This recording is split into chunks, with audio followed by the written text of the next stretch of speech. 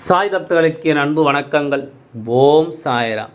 என் அன்பு குழந்தையே, என்று உன் சாயப்பா உன் முன்னால் சொல்கின்ற இந்த விஷயங்களை நீ என்னவென்று செவி கொடுத்து கேட்க வேண்டும். ஏனென்றால் நான் சொல்கின்ற இந்த ஒரு பொருள் உன்னிடத்தில் இருப்பதனால் மட்டும்தான் உன்னை சுற்றி எப்பொழுதும் உனக்கு தீவினைகளை செய்ய நினைக்கின்றவர்களிடத்திலிருந்து உன்னை நீ காப்பாற்றிக் கொண்டிருக்கின்றாய். அதிலும் குறிப்பாக உன்னுடைய துணையின் குடும்பத்தில் இருக்கின்ற உறவுகள் உனக்கு செய்கின்ற விஷயங்களிலிருந்து உன்னை நீ காப்பாற்றிக் கொண்டிருக்கின்றாய். அப்படி என்ன விஷயம் உனக்கு நடக்கின்றது? யார் உன்னுடைய வாழ்க்கையில் இந்த விஷயங்களை எல்லாம் செய்கிறார்கள் என்பதை என் குழந்தை நீ சரியாக புரிந்து கொள்ள வேண்டிய நேரம் இது. இந்த நேரம் உனக்கு நான் உன் முன்னால் என்று செய்யக்கூடிய விஷயங்கள் ஒவ்வொன்றும் என்னவென்றும் நீ புரிந்து கொள்ள வேண்டிய காலம் இது. என் அன்பு குழந்தையே, எப்பொழுதுமே உன்னோடு இருக்கிறேன் என்பது நீ உணர்ந்திருந்தாயானால் இன்று நான் சொல்லக்கூடிய விஷயங்கள் அத்தனையிலுமே நீ உன்னுடைய வாழ்க்கையை நிச்சயமாக என்னவென்று தெரிந்து கொள்வாய். ஆரம்பத்தில் எதுவுமே உனக்கு கஷ்டமாக இருந்திருக்கும். ஆனால் இப்பொழுது எந்த விஷயங்களும் உனக்கு இன்னல்களை பெரிதாக கொடுப்பதில்லை. அதற்கு காரணம் தெய்வம் சொன்ன வார்த்தைகளை கேட்டு நீ எப்பொழுதும் உன் கையில் வைத்திருக்கின்ற இந்த ஒரு விஷயம்தான். அது என்னவென்று நான் உனக்கு சொல்கின்றேன். இனியும் அதனை நீ பத்திரப்படுத்தி வைத்துக்கொள். ஒருவேளை எப்பொழுதாவது உன்னை விட்டு அதை நீ தொலைத்து விட்டாயானால் அதன் பிறகு உன்னுடைய வாழ்க்கை அங்கே கேள்விக்குறியாகத்தான் நிற்கும் என்பதில் எந்தவித மாற்று கருத்தும் கிடையாது. நான் இன்று உனக்கு ஒரு உண்மையை எடுத்துச் சொல்லும் பொழுதெல்லாம் அதனை என்னவென்று செவி கொடுத்து அப்பா எதையோ சொல்கின்றார் என்று நீ நினைத்து விடுவாயானால் உனக்கு கிடைக்கக்கூடிய நல்ல விஷயங்கள் கூட என்னவென்று தெரியாமல் போய்விடும் என்பதை முதலில் புரிந்து கொள்ள வேண்டும். எப்பொழுதுமே உனக்கு நடக்கின்ற அத்தனை துன்பங்களையும் நீ கடந்து வரக்கூடிய குழந்தை. ஆரம்பத்தில் தடுமாறும் பொழுது யாராவது நமக்கு ஏதாவது உதவி செய்துவிட மாட்டார்களா என்று சொல்லி என் குழந்தை நீ கலங்கி நின்ற விஷயம் இப்பொழுது இந்த வாழ்க்கை உனக்கு அத்தனையும் சரியாக நடத்தி கொடுக்க தயாராகிவிட்ட பிறகு இனி எதற்குமே என் குழந்தை நீ வருந்தி நிற்க வேண்டாம். உனக்காக எந்நேரமும் நான் வந்திருக்கிறேன் என்பதை புரிந்து கொண்டு உனக்காக எந்த சூழ்நிலையும் நான் நல்லபடியாக வழிநடத்தி தருகிறேன் என்பதையும் நீ புரிந்து கொண்டால் அது போதும். சற்றென்று இந்த வாழ்க்கையில் கிடைக்கின்ற அத்தனை விஷயங்களையும் என் குழந்தை நீ கவனமாக என்னவென்று தெரிந்து கொள்ள வேண்டிய காலகட்டத்தில் இத்தனை நாளும் உன் அப்பா உன் முன்னால் நின்று உனக்கு எல்லாவற்றையும் எடுத்துச் சொல்லியிருக்கின்றேன். இன்று நான் சொல்ல வந்திருக்கின்ற இந்த விஷயம் உன் துணையின் குடும்பத்தில் இருப்பவர்களை மட்டும் எதிர்ப்பதற்கானது அல்ல. எப்பேற்பட்ட கஷ்டம் வந்தாலும் அதிலிருந்து உன்னை காப்பாற்றுவதற்குரியது என்பதனை நீ மறந்துவிடக்கூடாது. ஒருவர் வாழ வேண்டும் என்பதற்காக இன்னொருவரை யாரும் கெடுக்கக்கூடாது. ஆனால் இங்கு நடக்கின்ற விஷயங்களை எல்லாம் பார்த்தால் எப்பொழுதுமே அடுத்தவர்களை கெடுப்பதில் மட்டுமே தன் சிந்தனைகள் இருந்து கொண்டிருக்கிறது. ஒருவரிடம் ஆணவம் எப்பொழுதும் அழிவை கொடுக்கும் என்பதில் எந்தவித மாற்று கருத்தும் கிடையாது. ஆட்டம் போடுபவர்களினுடைய ஆட்டம் தானாகவே ஒரு நாள் முடிந்துவிடும் என்பதை தெரிந்து கொள்ள வேண்டும். எப்பொழுதும் நீயாக இருக்கும் பொழுது இவர்களை பற்றிய சிந்தனைகளோ கவலைகளோ உனக்கு தேவையில்லை என்பதை நீ புரிந்து கொள்ள வேண்டும். உனக்கு நீ மட்டும்தான் துணை. நீ வணங்குகின்ற தெய்வம் மட்டுமே உனக்கு துணை என்பதை முதலில் புரிந்து நீ மற்றவர்களை துணைக்கு தேடுவதனால் மட்டுமே உன்னை ஏளனமாக இந்த உலகம் நினைத்து விடுகின்றது என்பதை நீ மறந்துவிடக்கூடாது.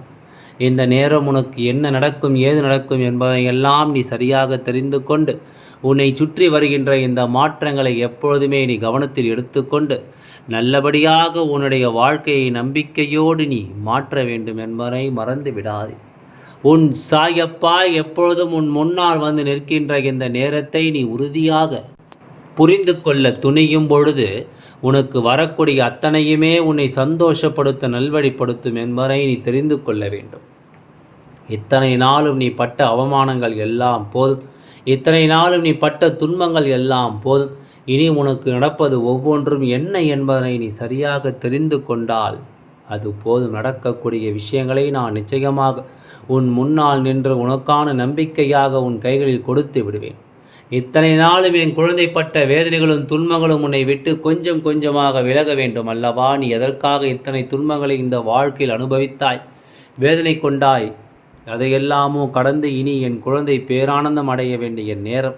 நீ வீழ்ந்து விட்டாய் என்று ஏளனமாக சிரித்தவர்களுக்கும் அவமதித்தவர்களுக்கும் இனி பயனில்லை என்று உன்னை தூக்கி எறிந்து போனவர்களுக்கு முன்னால் உன்னை உச்சியில் வைத்து நான் அழகு பார்ப்பேன். என் அன்பு குழந்தையே, எப்பொழுதுமே உனக்கு என்ன நடந்தாலும் அந்த இடத்தில் நின்று நீ வணங்குகின்ற தெய்வம் உன்னை காக்கும் என்பதை நீ மறந்து விடாது. இவர்கள் எல்லாம் நினைத்த விஷயத்தை நினைத்தது போல இந்த வாழ்க்கையில் எப்பொழுதுமே மிகுந்த வேதனைகளோடு நடத்தி கொண்டிருக்கும் பொழுது என் குழந்தை எல்லா நிலையிலும் முன்னேற்றத்தை அடைய வேண்டும் என்பதை மறந்து விடாதே.